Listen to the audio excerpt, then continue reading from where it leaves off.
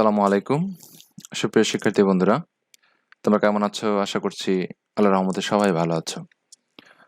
তো আজকের দশম শ্রেণীর গণিত ক্লাসে সবাইকে স্বাগতম। আজকে তোমাদের সাথে আছে আমি মোহাম্মদ আল-Amin সরকার, শিক্ষক, নারায়ণকুল ডিম মডেল স্কুল অ্যান্ড কলেজের। তো আজকে আমরা অনলাইন প্রাক-বার্ষিক পরীক্ষার সিলেবাস ও মানবন্টন নিয়ে আলোচনা করব। তোমাদের পরের দিন যে পরীক্ষাটা আছে, ম্যাথ পরীক্ষা, তো সেই পরীক্ষাটার কিভাবে মানবন্টন হবে এবং সিলেবাসকে কি আছে সেগুলো তোমরা তারপর একটু আবার বলে দিচ্ছি। তো প্রথমেই চলো এদের মানবন্টনটা নিয়ে একটু আলোচনা করি। তো দেখো, আমাদের দশম শ্রেণীর যে গণিত পরীক্ষার মানবন্টন, সেই মানবন্টনটা থাকবে 50 মার্কের একটা পরীক্ষা হবে, 1.5 ঘন্টা ব্যাপী। 1 ঘন্টা 30 মিনিট সময় থাকবে, পূর্ণমান 50। তো এই 50 মার্কটা কিভাবে থাকবে? তো 1 নম্বর 3টা সৃজনশীল প্রশ্ন থাকবে, প্রত্যেকটা সৃজনশীলের মান 10, 3 10-এ 30 নাম্বার। আর এই সৃজনশীল প্রশ্নগুলো তোমরা অনেকেই জানো, 3টা পার্ট থাকে, ক খ গ। কয়ে 2 মার্ক, খয়ে 4 মার্ক এবং গয়েও 4 মার্ক থাকে। জ্ঞানমূলক, অনুধাবন এবং উচ্চতর দক্ষতামূলক প্রশ্ন, এই একটা সৃজনশীল 3টা মিলে এইভাবে 3টা সৃজনশীল প্রশ্ন থাকবে, 3টারই অ্যান্সার করতে হবে, 3 10-এ 30 মার্ক থাকবে। আর 2 নাম্বার হচ্ছে 20টা বহু নির্বাচনী প্রশ্ন বা এমসিকিউ থাকবে 20টা। এই 20টার প্রত্যেকটা মার্ক 1 করে, এই হলো 20 নাম্বার। তা 3টা সৃজনশীলের জন্য 30 নাম্বার এবং 20টা এমসিকিউ এর জন্য 20 নাম্বার। এভাবে তোমাদের 50 নাম্বারের প্রশ্ন থাকবে আর সময় থাকবে 1 ঘন্টা 30 মিনিট। তো এবার দেখো, এই যে মানবন্টনগুলো হলো, এই প্রশ্নগুলো কোত্থেকে আসবে, কোন কোন চ্যাপ্টার থেকে? চলো দেখা যাক। তো তোমাদের যে সূচিপত্রটা, তোমরা বইয়ের সূচিপত্র দেখতেছো, এই সূচিপত্রের 4টা চ্যাপ্টার নিয়ে আমাদের এই পরীক্ষাটা অনুষ্ঠিত হবে। কোন 4টা চ্যাপ্টার? প্রথমে হচ্ছে যে 2 number chapter, set of function. এই চ্যাপ্টার থেকে প্রশ্ন আসতে পারে। এরপর 11 নম্বর চ্যাপ্টার, বীজগাণিতিক অনুপাত ও সমানুপাত। তারপর হচ্ছে সসীম ধারা।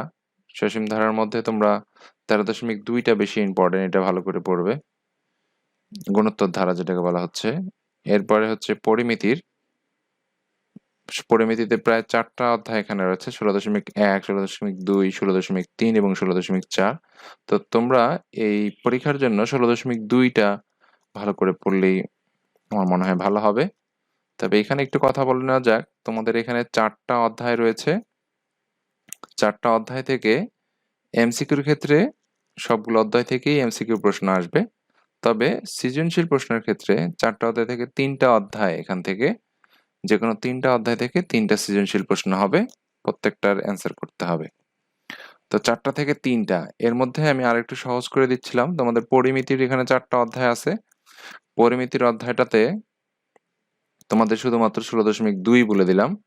আর 13 যে অধ্যায়টা আছে, এই সসীম ধারার অধ্যায়টা, সেখান থেকে 13.2 দুইটা অধ্যায় রয়েছে। তোমাদের 13.2টা বেশি ইম্পর্টেন্ট, তোমরা 13.2টা ভালো করে পড়বে, গুণোত্তর ধারা যেটা। আর বীজগণিতিক অনুপাত সমানুপাত থেকেও আসবে। আর সবগুলো প্রশ্ন থেকে তো তোমাদের এমসিকিউ প্রশ্ন থাকছেই।